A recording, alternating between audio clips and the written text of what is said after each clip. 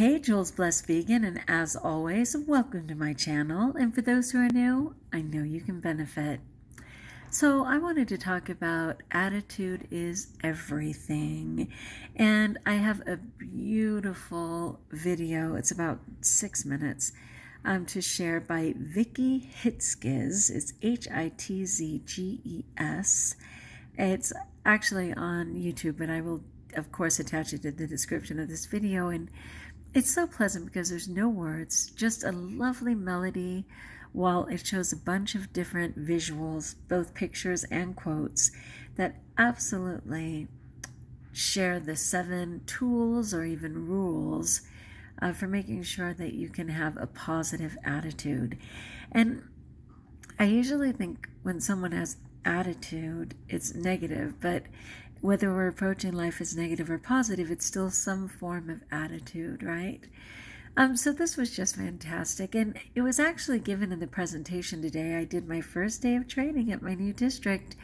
And even though, I drove the 50 miles there, I prepped my food, I, was stoked to be there and really appreciated a lot of the information that they gave. I kind of lost that positive attitude when I got to the school site, and I've already signed my contract. I'm in, right? But you know what a facade is, right? It appears to be one thing, but when you look behind it, it's not.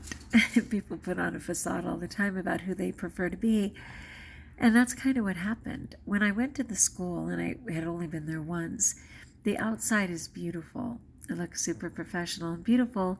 And when you first step in, you step right into the hallway, into the office. And the office is lovely too. And in fact, they told me they were in the middle of redoing the office. So I was like, wow, great. I didn't actually get to my classroom or anything until today. So today I went over to see my classroom, and that beautiful facade was kind of exactly that. There was dilapidated paint on the walls and just the doors and hallways. And then I actually got to my classroom, and when I opened the door, I saw, I think it's probably fabric wall, and a 4 by 8 inch patch was ripped off the wall, and the carpet was beyond filthy. I mean, it's not something I could just clean. It has to be replaced at some point, but it was just so filthy, and I thought, what happened here? And where was the classroom management? And was this used for a science lab or something? Like, how can it look like this? And then I don't know if when the last teacher left, other people just helped themselves to the furniture, but none of the tables were the same height, and some of them were chipped, and it was just filthy, just totally filthy. And there were no cabinets. I was so surprised, for storage. There were no cabinets. There was a sink, and then there was a freestanding closet, if you will, maybe to put supplies in, but I'm kind of used to a row of cabinets, if not more. And I was just like, oh my gosh, what did I do?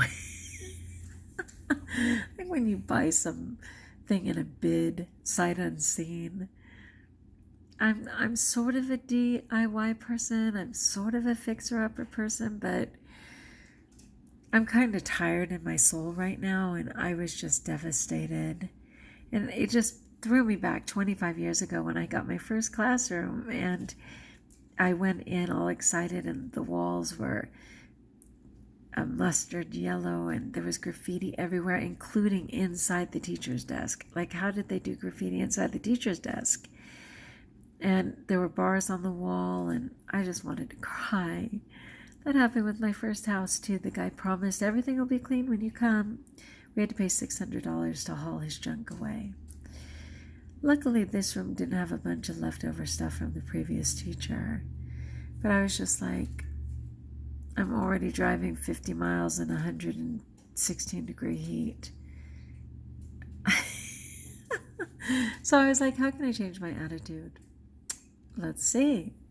Number 1, it says wait to worry. Only 8% of what people worry about actually comes to fruition. Only 8%. I'm not a worrier by nature. I'm pretty good about giving it up, but I get that. So it says Number 2, to count your blessings, to maintain an attitude of gratitude. So I had to back up. I had to tell God I'm still super grateful for a job. I'm still grateful for, you working out the details of the contract, and I'm sorry that I'm pouting right now,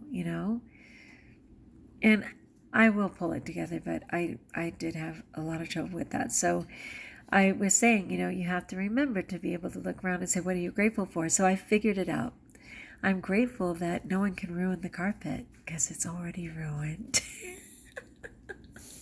I was like, I'm grateful that if a kid accidentally spills, no one will notice. That was the best I could do. Maybe that's the best I could do for today. Number 3, your health is your wealth. Your health is your wealth. And a quote by Katharine Hepburn said, one of the main qualities it takes to be successful is to have energy.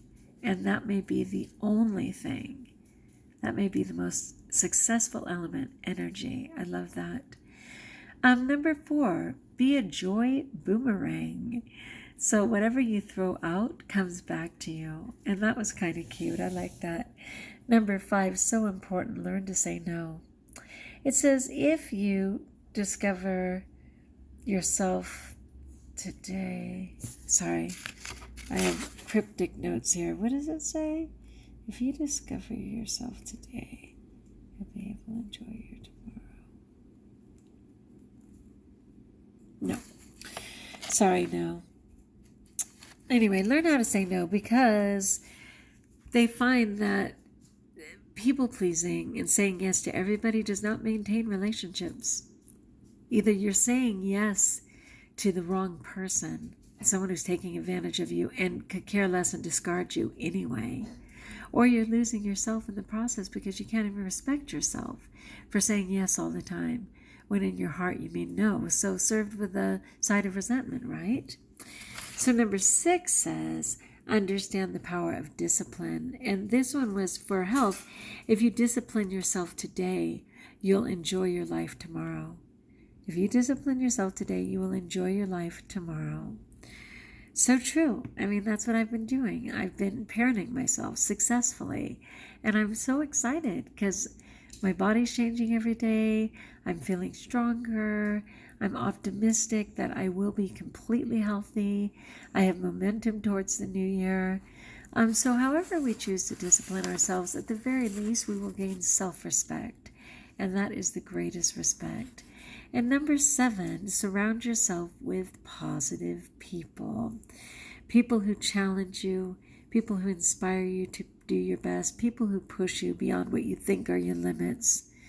Those are the people you want to be with. But again, people, I'm tired and just wanted to check in. And I still have a ton of homework tonight to get ready for tomorrow.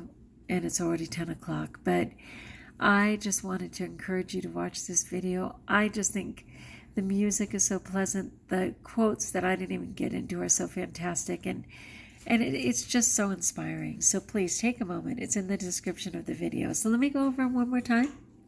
This is Attitude is Everything by Vicky Hitchkiss.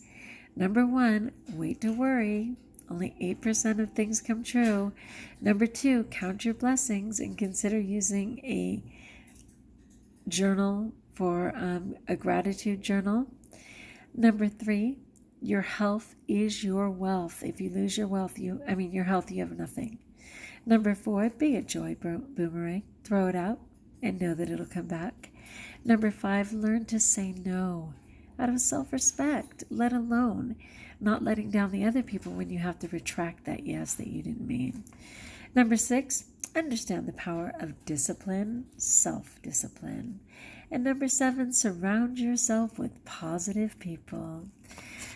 All right, that's it, people. I'd love to know what you think in the comments below. I would love you to take a moment and enjoy that lovely video. There's a book as well with 10 rules for attitude, a positive attitude. Keep praying for me. I appreciate it as I make this adjustment. Let me know in the comments below if you need me to pray for you. I am good at it. And now that I'm driving so far, I'm just using my car as a prayer chapel.